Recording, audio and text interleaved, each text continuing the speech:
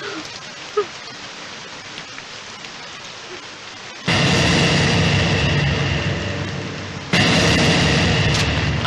నమస్కారం. ఇది మా పెదనాన్న సంతకం పెట్టిన దస్తావేజు.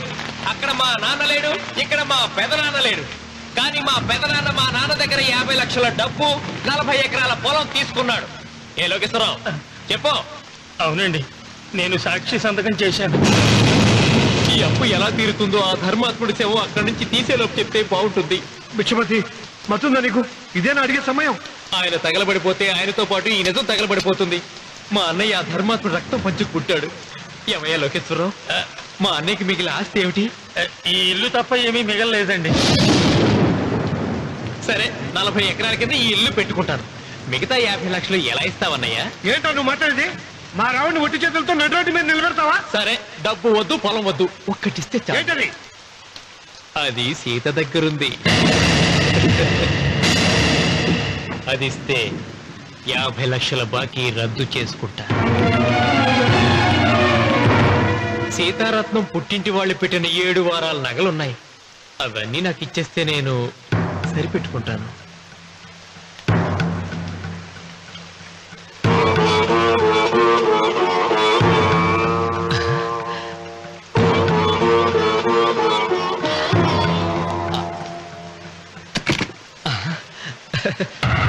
అదేమిటి, నీ మెళ్ళలో ఉన్న మంగళసూత్రం బంగారం కదా, అది కూడా తీసిపెట్టు. అన్నయ్య తీసేమని చెప్పు. నువ్వు కట్టాల్సిన మా రావుడు కట్టాలని ఖచ్చితంగా కదా ఈ పని చేస్తున్నావు. తప్పు మాట్లాడుతున్నావు శాస్త్రి. నాకు ఆ తాళి అక్కర్లేదు, ఆ 50 లక్షలు కట్టమను. మీకందరికీ చేతులెత్తి మొక్కుతున్నారు. ఒక ఐడెంటిటీ ఇల్లాలి 5వ తరాన్ని కాపాడండి. మీకోసం తన సర్వస్వాన్ని మీకు దానం చేసి కొడుకును ఒట్టి చేతులతో నిలబెట్టారు మా శివరామకృష్ణ గారు. మీరందరూ ఇంటి మూలంగా లాభం పొందిన వారే. ఆ ఇల్లాను మంగళసూత్రం తీయకుండా కాపాడండి. దయచేసి మీకు కొంచెం సహాయం చేయండి. భక్తులు, నీకేమైనా సిగ్గుండదా? కడుపుకు అన్నం తింటాడావా, గడ్డి తింటాడావా? దానం ఇచ్చినట్టుది తిరిగి పీక్కుంటావా? ఊరికే ఇచ్చాడా? పుణ్యం కోసం ఇచ్చాడు. చచ్చాక తిరిగి ఇవ్వమంటే ఎలాగండి? ఎవడు దానం చేయమన్నాడండి? ఒళ్ళు కొవ్వికి దానం చేశాడు. అన్నం పెట్టి తిన్నది కక్కమంటే ఎలాగండి? సోము తమ్ముడిది సోకేవా అన్నగారు అనుభవించారన్నమాట. ఏమిగా నిలబడి చూస్తుంటారు సిగ్గు లేకుండా? ఈయనే ఉంటే మన గుండె అని విక్కుంటారు, మనం వచ్చే పట్టుకొని అడుగు తినాలి.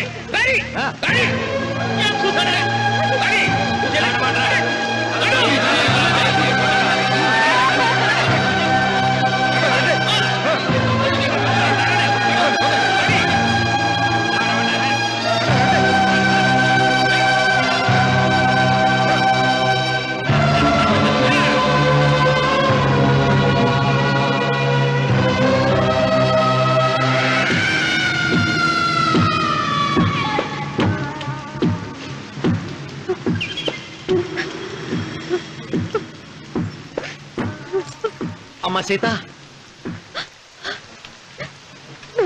భిక్షపతి, మా వియ్యంకుడు బాకీ ఉన్న 50 లక్షల డబ్బు 40 ఎకరాల పొలం నీకు నేనిస్తాను, సరేనా? సరే.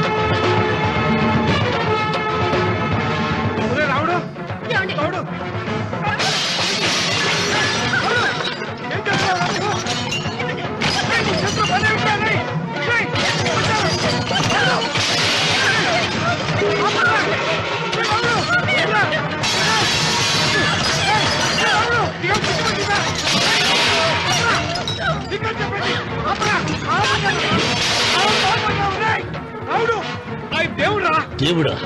ఆయన దేవుడే అయితే 24 గంటలు శివ పూజ చేస్తూ దానధర్మాలు చేసిన మా నాన్నకు దిక్కులకి సౌరిస్తాడా? దేవుడి పట్ల అపచారం చేయటం మహాపాపం రా. దేవుడిని ఎన్నాడు మనం చేసుకునే ఆత్మద్రోహం. అసలు దేవుడే లేడు. దిష్టి బొమ్మలాగా నా ఇంటి ముందు ఆ శివలింగం ఉండడానికి వీల్లేదు. తగ్గో! ఏమండి? ఏమండి? చిత్ర అటులే! మీరు ఆ శివలింగం జోలికి వెళ్తే నా ప్రాణాలు తీసేసి వెళ్ళండి. నా భర్త దేవుడికి అపకారం చేయడం ఈ కళ్ళతో చూసే కంటే మీ కళ్ళ ముందే చచ్చిపోతాను. నన్ను చంపేసేయండి, చంపేసేయండి. నీకు ఇంటి ముందు శివలింగం దేవుడా, నాకు మాత్రం నల్లరాయి. ఈ రోజు నుంచి నేను ఈ వీధి గుమ్మం నుంచి నడవను. ఆ నల్లరాయిని కన్నెత్తి చూడను. ఆ పెరటి గుమ్మమే నాకు వీధి గుమ్మం.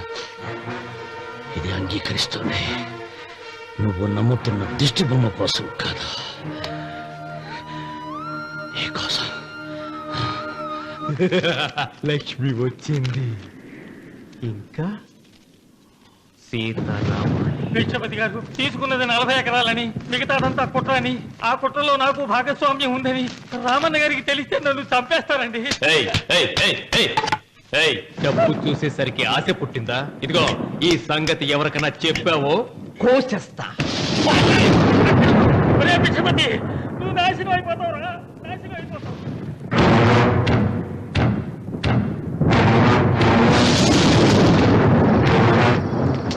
ఇంత రాత్రి పూట ఎక్కడికి వెళ్తావా నాయనా?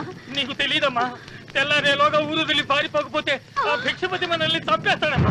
తొందరగా పద, తొందరగా పద. ఊరుదిలి పారిపోతున్నావా లోకేశ్వరరావు? అది నాకంతా తెలుసు. అయ్యా, అయ్యా, అయ్యా, నీకు ద్రోహం చేశాను, నన్ను క్షమించండి అయ్యా. నేను క్షమిస్తా. మరి భిక్షపతి వదలొద్దు. నీకు ఉపాయం చెబుతా. అన్వర్, నీ ప్రాణాలకు భిక్షపతి మూలంగా ప్రమాదం ఉందని నీ చేతులతో నువ్వే రాసు. నేను కాపాడతాను. దాన్ని జాగ్రత్తగా మడిచి నీ జేబులో పెట్టుకో. అర్థం కాలేదా? నీ ప్రాణాలను నా చేతుల్లో పెట్టావుగా. మీ అమ్మను జాగ్రత్తగా ఇంటికి తీసుకుని వెళ్ళు. వెళ్ళు. వస్తాం బాబు. పదమ్మా, పద.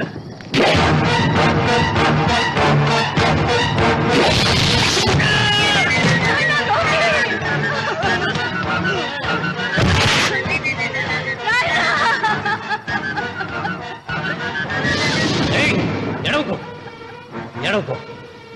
కన్నీళ్లు పెట్టేంత గొప్ప చరిత్ర కలిగిన వాడు కాదే నీ కొడుకు. అన్నం పెట్టిన మా నాన్న చావు కారణమైన వాడు. నీ కొడుకుని భిక్షపతి చంపాడని పోలీసులకు చెప్పాలి. అప్పుడే బ్రతికినంత కాలం నీకు నీ మనవరాలకి ప్రాణభిక్ష పెడతాను. లేకపోతే అలాగే బాబు. అన్వర్, అయ్యా, వీడి శవాన్ని తీసుకెళ్లి భిక్షపతి ఇంటి ముందు పడే. ఒరే రావుడు, నువ్వు శ్రీరామచంద్రుడు లాంటి వాడిరా. ఇలాంటి హత్యలు చే. మా నాన్న పెట్టిన పేరు రామన్న, కానీ ఈ రోజు నుంచి నా పేరు రావణ. ఆయన మూలంగా దానాలు పొంది, భూదానాలు పొంది, అన్నదానాలు పొంది, ఆయన కన్ను మూసిన రోజు కన్నీటి విట్కూరు చెప్పలేకపోయిన ప్రతి వాడి బ్రతుకు కన్నీటి పాలు చేస్తా. అవసరం సృష్టికి తల్లి, అనుభవం తెలివికి తండ్రి. ఇది నా తండ్రి చావు నాకు నేర్పిన గుణపాఠం. వెంకన్న, ఆయన దానం చేసిన వేలాది ఎకరాలు తిరిగి తెస్తాను. సూది మనం మోపినంత నేల కూడా వదలను. అప్పటి వరకు మా నాన్న మొరతాడే నా మెడతాడు. నన్ను ఎందుకు అరెస్ట్ చేస్తున్నారు? లోకేశ్వరన్ చంపినందుకు అరెస్ట్ చేస్తున్నాం. నేను అతను తప్పుడు పెట్టి అతని స్వహస్తాలతో రాసిన ఉత్తరం. దీనికి అతను తల్లే సాక్ష్యం.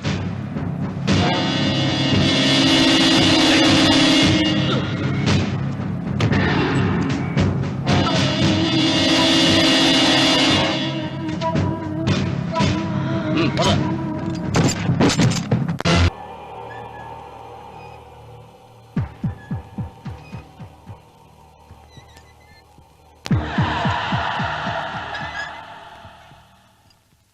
అన్వర్, అయ్యా, 100 మంది పనివాళ్లను ఒక బుల్డోజర్ను ఆలయం దగ్గర తీసుకురా. దాన్ని పడగొట్టించాలి. ఒరే రాముడు, అబ్బాయి పెళ్ళయ్యేంత వరకు ఆగమన్నారు, అంగీకరించాను. ఇప్పటికి ఆగే ప్రసక్తి లేదు. దేవుడి జోడికి వెళ్తే మహాపాపం రా. దేవుడా? వాడి పేరేంటి? శివుడు. మరి బ్రహ్మ, విష్ణువు, రాముడు, కృష్ణుడు, వినాయకుడు, సుబ్రహ్మణ్యం, లక్ష్మి, సరస్వతి, పార్వతి, వాళ్ళు దేవుళ్ళే. అల్లా, క్రీస్తు, వాళ్ళు దేవుళ్ళే. వీళ్ళల్లో ఎవడు గొప్పవాడు? వాళ్ళ నమ్మకాలను బట్టి వాళ్ళ దేవుడిని గొప్పవాడు అనుకుంటారు. అని సరిపెట్టుకోవడం లేదు. మా దేవుడు గొప్ప, మా మతం గొప్ప అని ఒకరినొకరు నరుక్కుని చూస్తున్నారు. నిజంగా దేవుడనే వాడుంటే కొంతమందికి ఎందుకు అన్నం దొరకడం లేదు? కొంతమంది చిన్న వయసులోనే విధవరాళ్ళు ఎందుకు అవుతున్నారు? కొంతమంది పశ్చిమలోనే తల్లిదండ్రులు ఎందుకు పోగొట్టుకుంటున్నారు? అది వాళ్ళ కర్మ. కర్మ అంటే పూర్వజన్మలో చేసుకున్న పాపం. ఆ పాపం నుంచి నీ దేవుడు కూడా వాళ్ళు రక్షించలేడా? రక్షించలేడు. అటువంటప్పుడు నీ దేవుడికి పూజలెందుకు చేయాలిరా? కన్న బిడ్డల్ని సరిగా చూడలేని వాడు తండ్రి కాదు, అందరికీ అన్నం పెట్టలేని వాడు దేవుడు కాదు. వెంకన్న, నువ్వు సద్బ్రాహ్మణుడివి. వేదాలు చదివావు, ఉపనిషత్తులు చదివావు, పురాణాలు చదివావు. నేను ఏమీ చదువుకోలేదు. అసలు దేవుడి ఆకారం ఎలా ఉంటుందో చెప్పు. ఆయనకు ఆకారం లేదు, నిరాకారుడు. అటువంటప్పుడు గుడులెందుకు, గోపురాలెందుకు, వాటిలో విగ్రహాలెందుకురా? నేను చెబుతాను వినరా. గాలి దేవుడు, అది మనం పీల్చకపోతే చచ్చిపోతాం. నీరు దేవుడు, అది మనం తాగకపోతే బ్రతకలేము. భూమి దేవుడు, అది లేకపోతే మనకు అన్నం దొరకదు. అమ్మా నాన్న దేవుడు, వాళ్ళు లేకపోతే మనం అసలే లేవు. చదువు నేర్పిన గురువు దేవుడు, కష్టంలో, నష్టంలో, సుఖంలో, దుఃఖంలో దగ్గరుండే స్నేహితుడు. స్నేహితుడు అంటే నువ్వు నాకు దేవుడివి. నీకు మొక్కుతాను రా, అంతేగాని ఆ నల్ల రాళ్ళకి రెప్పలెక్కి కాదు. అంటే గుడి మెట్లకి మొక్కే వాళ్ళంతా మూర్ఖులా? నైవేద్యం పెట్టి నమస్కారాలు చేసే వాళ్ళంతా పిచ్చివాళ్ళ? గుండు గీయించుకుని పొర్లు దండాలు పెట్టేవాళ్ళంతా అమాయకులా? అవును. ఒక గుడి చూపించి ఆ గుడిలో దేవుడు వరాలు ఇవ్వడు అని చెప్పు. ఆ గుడి మెట్లలో ఒక్క మెట్టు కూడా ఎవడో ఎక్కడ. నైవేద్యం పెడతారన్నావు కదూ, ఎందుకో తెలుసా? పెట్టిన క్షీరాన్నాలు, దద్దోజనాలు, పులిహోరాలు మనం మెక్కుతామని తెలిసి, అదే దేవుడు తింటాడని తెలిస్తే శనగ చెక్క, ఒక బెల్లపు ముక్క కూడా పెట్టరా. వెంట్రుకలు ఇస్తారన్నావు కదూ, దేనికి? మళ్ళీ ములుస్తాయన్న ధైర్యంతో గుండు గుట్టించుకున్నాక జన్మలో ఒక్క వెంట్రుక కూడా మొలవదు అని చెప్పు. ఒక్కడు కూడా గుండు గుట్టించుకోడు. ఒరే రావుడు, గీతలో శ్రీకృష్ణుడు ఏం చెప్పాడో తెలుసా? చిచి! 16,000 మంది గోపికలతో సరసం, 8 మంది పెళ్లాలతో కాపురం చేసిన కృష్ణుడు ఎలా వేల్పు? వాడు చెప్పిన గీత మన తల రాత. వెంకన్న, నా దృష్టిలో భగవంతుని పూజించే వాళ్ళు 2 రకాలు.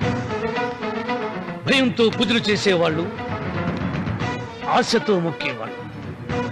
పాపం చేశాం, ఆయనకు దండం పెట్టి చేసిన పాపాన్ని ఏదో ఒక రూపంలో హుండీలో వేసేద్దామనుకునే వాళ్ళు మొదటి రకం. మొక్కితే ఏదో దక్కుతుందని ఆశపడేవాళ్ళు 2వ రకం. నా భూమి నేను సొంతం చేసుకున్నాను కాబట్టి అది పాపం కాదు. భయం లేదు, ఏదో అయిపోవాలనే ఆశ, తపన నాకు లేదు. ఈ రామన్న చౌదరి నిన్న జరిగింది మరిచిపోడు, నేడు జరగాల్సింది వాయిదా వేయడు, రేపటి గురించి ఆలోచించడు.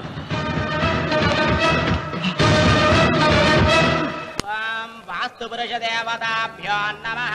ధ్యాయామి, ధ్యానం సమర్పయామి, ఆవాహయామి,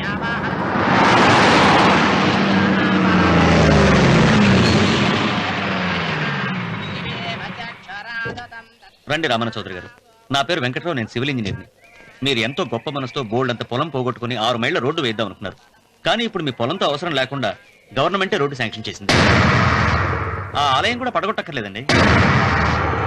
చెరువుకు అడ్డంగా వంతెన నిర్మిస్తున్నారు. 2 మైళ్ళ దూరం కూడా తగ్గుతుంది.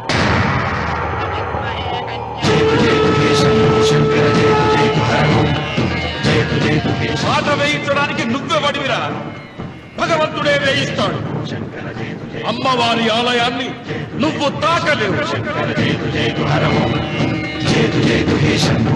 పూలు వేయండి రామన్న గారు. ఆయన ఎవరు? జటాధారి స్వాముల వారు. నీకు తల్లిదండ్రులు ఉన్నారా? లేరు, చనిపోయారు. ఫోటో ఉందా? ఉంది.